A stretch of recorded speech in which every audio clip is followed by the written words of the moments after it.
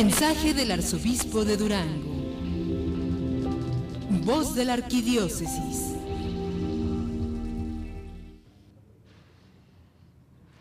Estimados feligreses, estimados ciudadanos, estimados amigos, buenas tardes. Después de un tiempo de interrupción,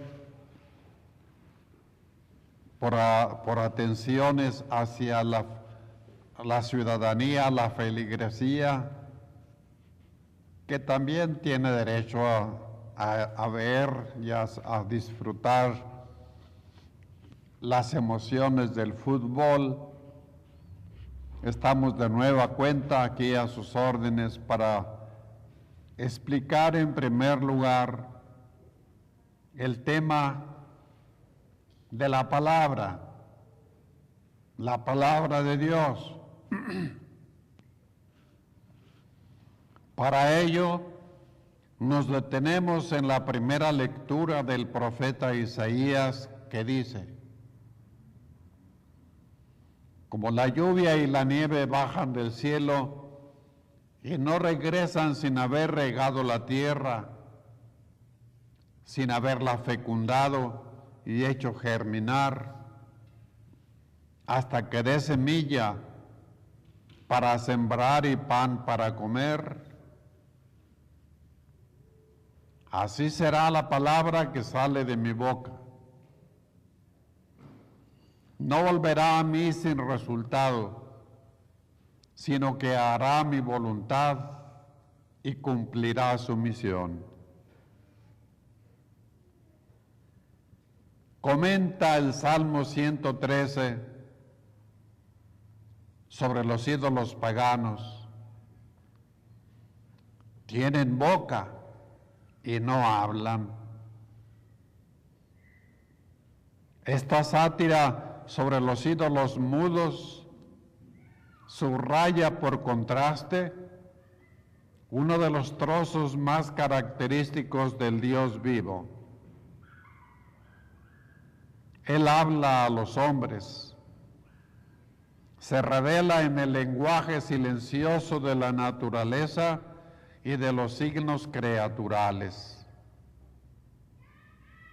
Él habla con sus intervenciones históricas de salvación y de misericordia, de reclamo y de castigo.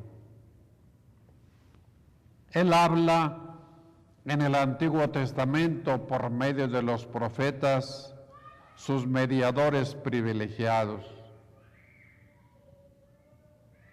Él habla en sueños y visiones. Se revela en inspiraciones personales. Habla a Moisés boca a boca. Dios, pues, tiene muchas formas de comunicarse con nosotros. En el Antiguo Testamento la palabra de Dios es ante todo un hecho, una experiencia. Dios habla directamente a hombres privilegiados y por su medio a todo su pueblo. La centralidad de la palabra de Dios en el Antiguo Testamento prepara el hecho sobrecogedor del Nuevo Testamento, en que la palabra por excelencia, es decir, el Verbo, se hace carne.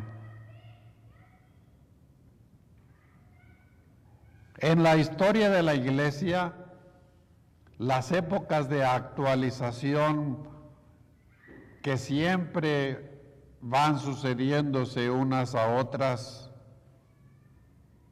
siempre han llevado a una restauración de la escucha y de la confrontación con la palabra de Dios. Es lo que está sucediendo al presente.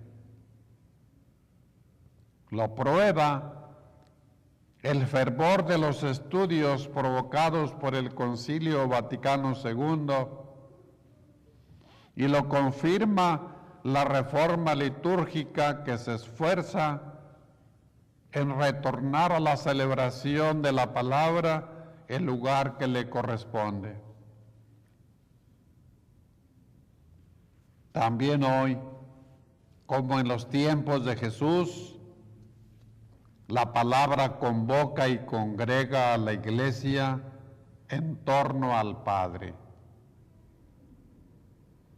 Y es en la profundización de la palabra que los cristianos toman conciencia de ser familia de Dios, su nuevo pueblo de salvados. Y es la actitud de indiferencia, rechazo, descuido o aceptación ante la palabra lo que define nuestra posición ante el reino de Dios. La actitud de no escucha o de rechazo de la palabra de Dios en tiempos de Jesús lo volvemos a encontrar en nuestros días en una actitud de indiferencia y de no comprensión de la palabra por parte del hombre moderno. A veces, hasta los pastores, los predicadores y los misioneros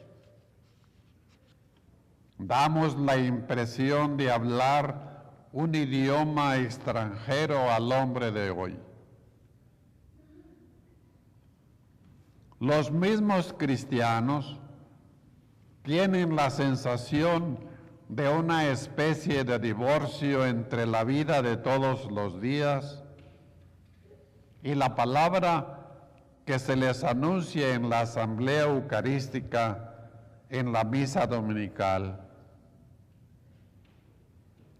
Esa predicación parece ligada a otros tiempos. Aparece como estática y sin impacto en la vida real. Cabe preguntarnos, ¿es la palabra de Dios la que es puesta en causa? ¿O es solo la onda, la fibra, el encuentro con el mundo y el hombre moderno lo que aún no ha encontrado el adecuado contacto y la profundidad de comunión?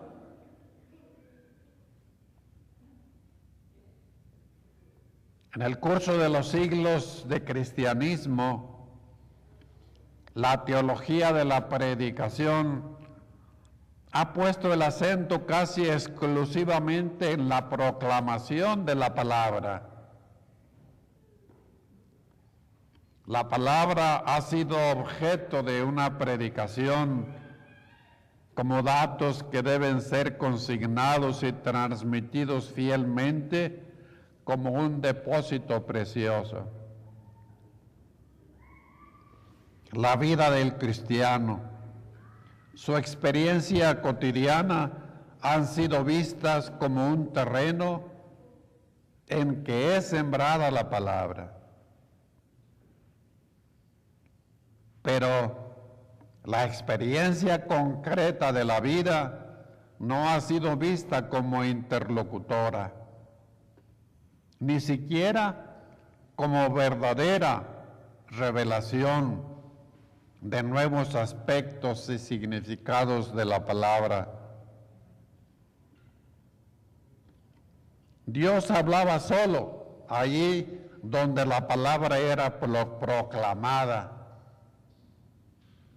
Allí donde las escrituras eran leídas y proclamadas. Esto nos muestra que nos queda mucho por avanzar. Nos quedan aún muchas formas de salir, como pide el Santo Padre Francisco. Amén.